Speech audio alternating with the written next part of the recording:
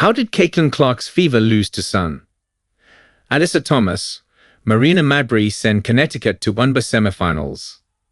Caitlin Clark's historic Wnba Rookie season is over. The Fever went into Game 2 of the first round against the Sun facing a win-or-go-home scenario. Indiana came out firing in the first quarter but couldn't hold off Connecticut for long, falling 87-81 in a back-and-forth battle.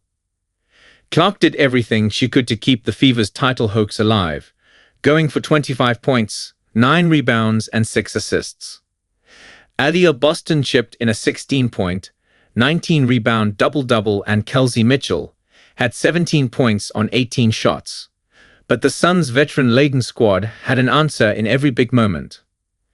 Alyssa Thomas was the catalyst for Connecticut, with 19 points, 13 assists, and 5 rebounds, while Dewanna and Dijonai Carrington hounded Clark to an inefficient 10 for 23 to 312 3-points shooting night.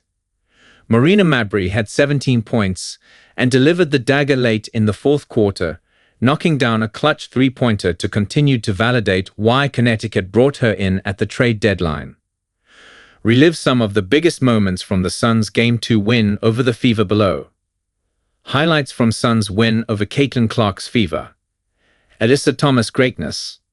Thomas was not going to let the Sun leave Connecticut without a win.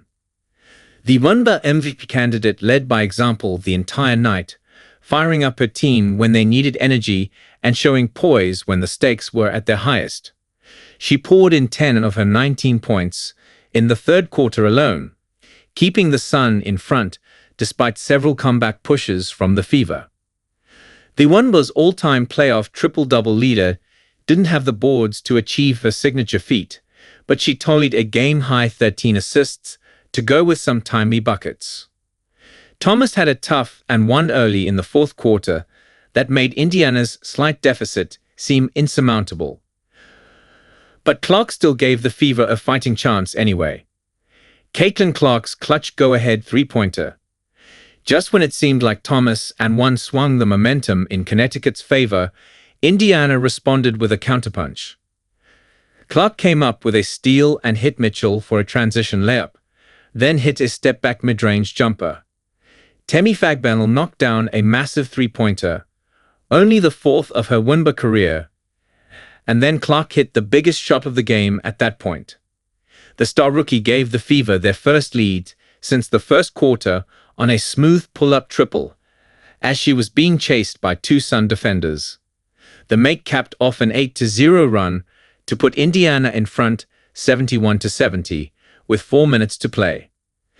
Dewanna steps up in fourth quarter. Bonner's defense on Clark set the tone in games 1 and 2, but her offense helped Connecticut seal the win. A layup from Boston put Indiana back in front by 2 with under 3 minutes to play, but Bonner answered right back with an easy 2 to tie the game. The Fever went right back to Boston for another layup to take a 2-point lead with 2 minutes to go, but this time Bonner countered with a gut punch of a go-ahead three-pointer. On the ensuing possession, Mitchell missed an open three-pointer and chased down her own rebound, but surprisingly chose not to go up with a putback.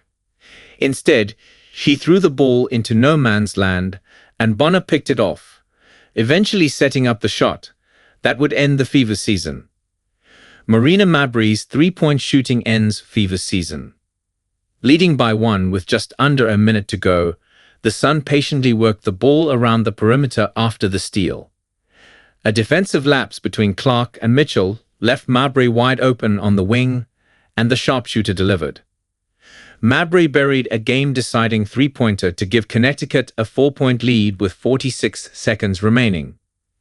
The Suns' trade deadline acquisition immediately paid dividends in the playoffs. Mabrey had 27 points and 5 threes in Game 1, then added 17 points and 3 threes in Game 2, 2 of which came in high-pressure spots in the fourth quarter. Next up, the Sun will take on the winner of the Lynx and Mercury in the Wnba semifinals.